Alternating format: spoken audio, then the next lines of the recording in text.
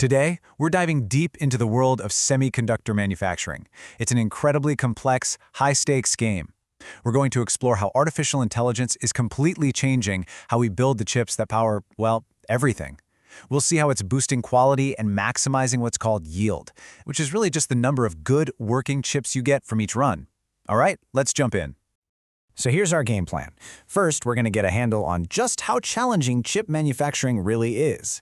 Then, we'll see how AI steps in to maximize that yield. We'll look at how we're moving past rigid, static instructions to something way more dynamic and intelligent.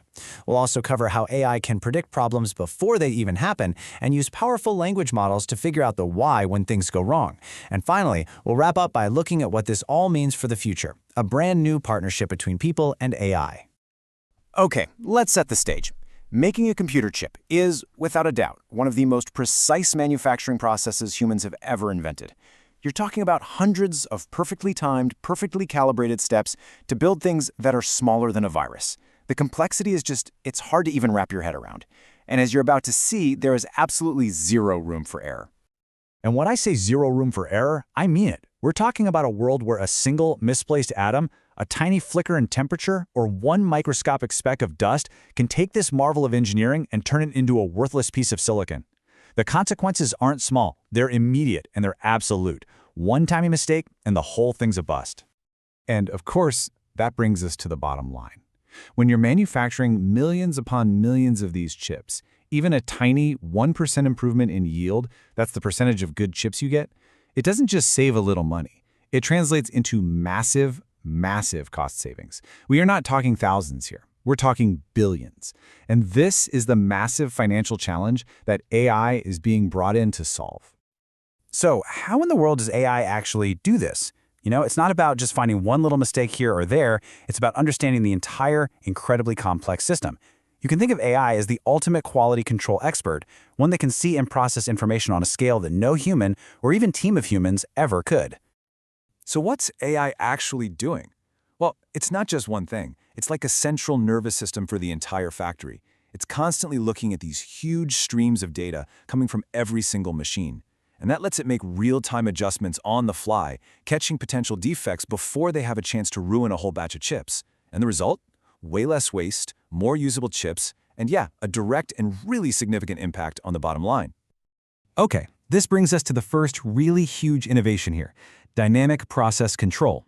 You see, for decades, manufacturing is run on these static, unchanging recipes called standard operating procedures. But in an environment this complex, that kind of rigidity is actually a huge weakness. AI lets us do something much smarter.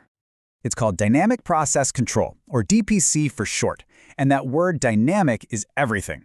Instead of just following the exact same recipe every single time, no matter what, DPC allows the whole system to make these smart, tiny adjustments on the fly, constantly responding to the real-time conditions inside the factory. And this chart just shows the difference so clearly. On the one hand, you have static SOPs. They're rigid. They don't account for tiny changes, like a piece of equipment slowly wearing down. That's called process drift, and it's a massive headache, especially in factories that do smaller, more specialized production runs. But DPC, it's adaptive. It learns, it adjusts, and it proactively optimizes everything based on what's actually happening with the equipment right now. But, just adapting to what's happening in the present is only half the story. The real game changer is being able to predict the future. And this is where AI-powered automated fault detection comes into play. The old way of doing fault detection was totally manual and rule-based. An engineer had to literally sit there and write a rule like, if this sensor goes above this number, sound an alarm. It was slow, it was reactive, and honestly, it missed all the really complex problems where maybe 5 different sensors were all subtly acting weird at the same time. AI-powered FDC, though, is a whole different beast.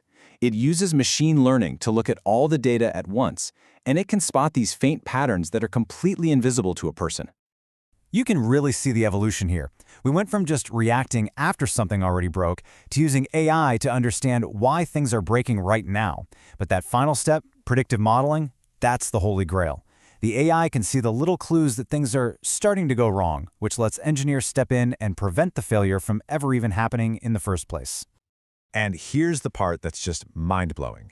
Through something called unsupervised learning, the AI doesn't even need to be told what a failure looks like. Instead, it just learns what normal looks like in excruciating detail. Then it can flag any deviation from that normal state as a potential problem, even if it's a kind of fault that nobody has ever seen before. I mean, that is a massive, massive leap forward. Okay, so the AI has flagged a problem. Great. The very next question is always, why? Why did this happen?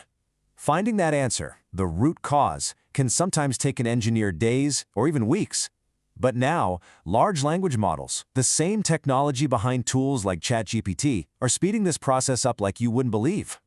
So now an engineer can interact with the system just by talking to it in plain English. They can literally ask, hey, I'm getting error code ABC, what should I do? Or show me what happened right before this failure. It's like having the most experienced engineer in the world on call 24/7, ready to help. So how does it find the answer? This is the really cool part. The LLM isn't just looking at a single stream of data, it's looking at everything, all at once. It's analyzing pictures of the silicon wafers, it's looking at performance graphs, it's scanning all the historical data, and it's even reading through years and years of handwritten notes from other engineers. It's pulling together all of this deep institutional knowledge in an instant. And here's what's so critical. The AI doesn't just give you an answer and walk away. It shows its work. It might say something like, the likely cause is the voltage controller, because I saw this weird voltage spike on this tool about 30 minutes before the failure. This explainability is everything. It points the human expert in exactly the right direction, turning what might have been a week-long investigation into maybe an hour-long fix. And all of this leads us to our final and maybe most important point. This is not about robots and machines taking over the factory. It's about creating a powerful new kind of partnership that takes human expertise and just amplifies it. Let's be really clear about this. The goal here is to augment human intelligence, not replace it.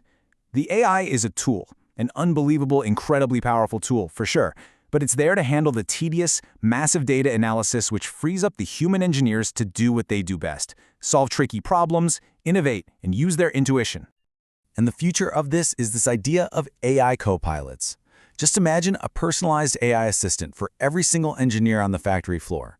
It understands what they're working on, it gives them helpful suggestions, and, this is key, it lets the engineer incorporate their own gut feelings and intuition into the system's workflow. It makes the whole human-machine team that much smarter.